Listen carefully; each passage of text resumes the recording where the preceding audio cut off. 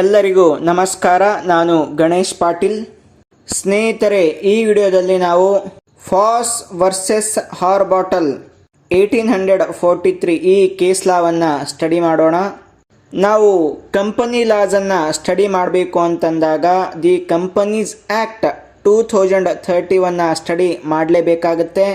ಈ ಒಂದು ಆ್ಯಕ್ಟ್ನಲ್ಲಿ section 241 study ಮಾಡೋ ಸಂದರ್ಭದಲ್ಲಿ ನಾವು prevention of oppression and mismanagement in company ಅನ್ನುವಂತಹ ಒಂದು ಕಾನ್ಸೆಪ್ಟನ್ನು ಅಂದರೆ ಒಂದು ಪ್ರೊವಿಷನನ್ನು ಸ್ಟಡಿ ಮಾಡ್ತೇವೆ.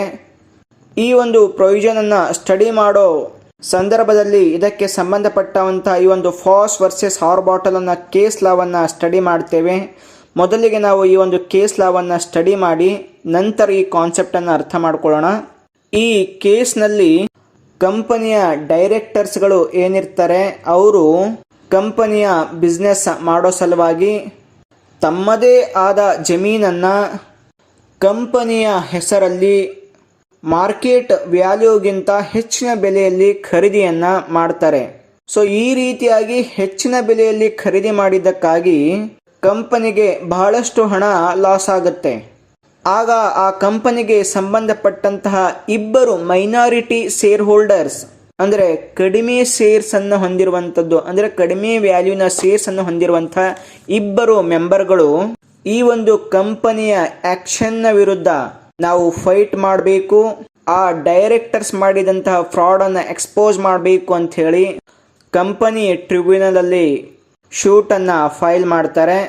ಆದರೆ ನಂತರದ ಬೆಳವಣಿಗೆಯಲ್ಲಿ ಏನಾಗತ್ತಂದರೆ ಕಂಪನಿಯ ಜನರಲ್ ಮೀಟಿಂಗ್ನಲ್ಲಿ ಈ ಒಂದು ಇವೆಂಟ್ಸನ್ನು ಎಲ್ಲ ಶೇರ್ ಹೋಲ್ಡರ್ಸ್ ಎದುರುಗಡೆ ಇಟ್ಟಾಗ ಆಗ ಕಂಪನಿಯ ಏನು ಮೆಜಾರಿಟಿ ಶೇರ್ ಹೋಲ್ಡರ್ಸ್ ಇರ್ತಾರೆ ಅಂದರೆ ಹೆಚ್ಚಿನ ಶೇರ್ ವ್ಯಾಲ್ಯೂ ಹೊಂದಿರುವಂತಹ ಮೆಂಬರ್ಸ್ಗಳು ಏನಿರ್ತಾರೆ ಅಂತಂದರೆ ಇಲ್ಲ, ಈ ಒಂದು ಫ್ರಾಡನ್ನು ನಾವು ಟ್ರಿಬ್ಯುನಲ್ಗೆ ತಗೊಂಡು ಹೋಗೋದು ಬೇಡ, ಇಲ್ಲೇ ನಾವು ಸಾಲ್ವ್ ಮಾಡ್ಕೊಳ್ಳೋಣ ಅಂತ ಹೇಳಿ ರೆಸೊಲ್ಯೂಷನನ್ನು ಪಾಸ್ ಮಾಡ್ತಾರೆ.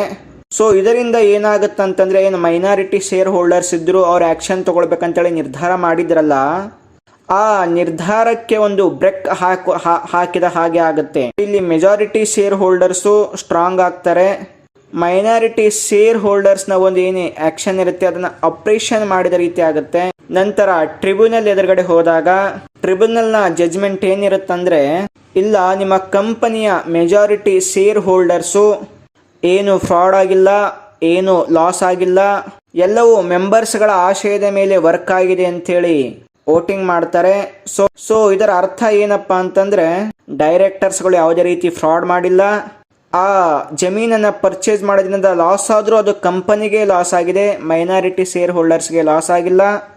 ಆದ್ದರಿಂದ ಅವರು ಇಲ್ಲಿ ಶೂಟ್ ಹಾಕೋಕೆ ಬರೋದಿಲ್ಲ ಅಂಥೇಳಿ ಆ ಶೂಟನ್ನು ಡಿಸ್ಮಿಸ್ ಮಾಡುತ್ತೆ. ಸೊ ಸ್ನೇಹಿತರೆ, ಇಲ್ಲಿ ಏನಾಯ್ತಪ್ಪ ಅಂತಂದರೆ majority shareholders minority share ಹೋಲ್ಡರ್ಸ್ನ ಅಪ್ರೇಷನ್ ಮಾಡಿದಂಗೆ ಆಗ್ತು ಮತ್ತು ಏನು ಕಂಪನಿಯ ಮಿಸ್ಮ್ಯಾನೇಜ್ಮೆಂಟ್ ಇತ್ತು ಅದನ್ನು ಮುಚ್ಚಾಕೋ ರೀತಿಯಲ್ಲಿ ಆಯಿತು. ಸೊ ಇದನ್ನು ನಾವು ಡಾಕ್ಟ್ರೈನ್ ಆಫ್ ಮೆಜಾರಿಟಿ ರೂಲ್ ಒಳಗಡೆ ಇದನ್ನು ನೋಡ್ಬೋದು.